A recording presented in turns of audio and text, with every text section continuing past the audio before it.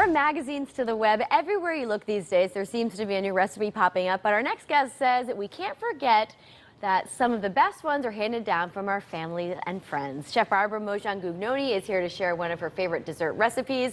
I guess it's true, you kind of forget the traditions when you just go online. You do. And I mean, you can go online and look for a recipe for anything, and there's, 10,000 entries pop up, but then there's one that your grandmother made that you might as well just make that one because it was really good. Sure, so. And you've brought a couple books. It's so nice that your family, puts all their recipes together. They do. My family has done 2 cookbooks, and so I pull from those a lot of the time, but you can also get, I have a library cookbook here, a woman's club cookbook. It's just, you can get these older cookbooks that groups put together, that their members put the recipes in, and they're great. Yeah, that's awesome. I love that idea. A lot of fun. It's fun to compile it with your whole family too, right? It is. It's a lot of fun. There were a lot of talking back and forth, a lot of phone calls to get everybody. A lot of people didn't submit on time, but we got it done. So. All right. So this recipe is in one of your books.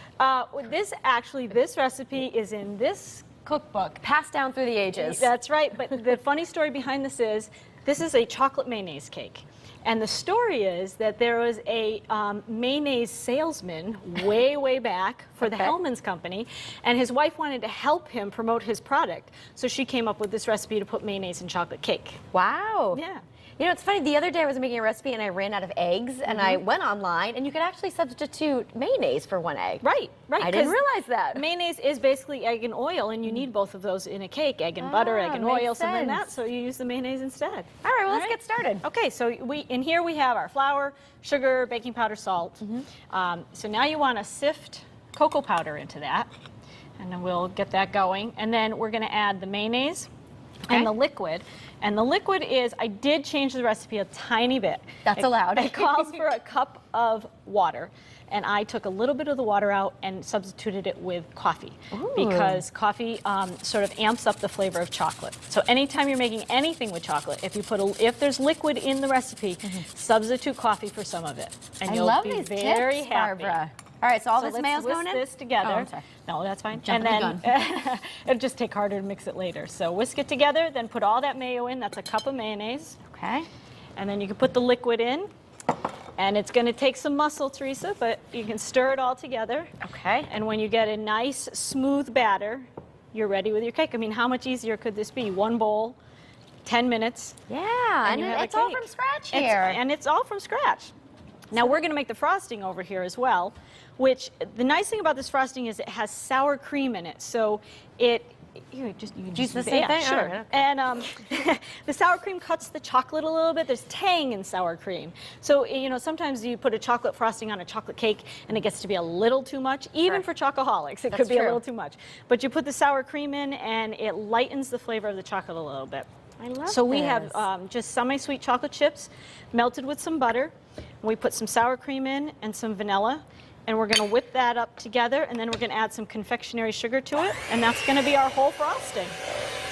And the really nice thing about this cake is at this time of year, everybody, is having picnics and backyard barbecues, and this is not a cake that anybody needs a fork for to eat it. Oh, that's good. You eat it right with your hands. You cut it in pieces. It's a snack cake for a picnic. It's perfect. It's not going to melt together. either, though, too. That's that's a really nice thing. You can have it outside all afternoon. The kids can run up and grab a piece of cake and go back and play, and it's not going to be a problem. You weren't kidding when you said this was a little bit of a workout. It's a little bit of a workout. You get your muscles when you finish up putting that together. But it's worth it in the end because you get a wonderful batter. Terrific. It's almost like a brownie batter. Yeah. All right. Now, I noticed there seems to be a little cocoa in the pan. Yes. You know how when you bake a cake, you butter and flour the cake pan? When you're making a chocolate cake, you can, instead of using flour, you can use cocoa, because if you use flour, you're going to have little white dots on the outside of your chocolate cake. So instead, use the cocoa, and you won't have those dots, but it'll still release the cake when you're done baking just as easily as the flour. Yep. So this is how fast this frosting is too, because the frosting is done. Barbara, do you have any recipes that that's been passed down through the years that you and your family make? Well, the funny thing is, I just made one last week that was my grandmother's. That an aunt sent me the recipe that she had of my grandmother's, and I looked at it and I went, this will not work. This defies all recipe, development, everything. Yeah.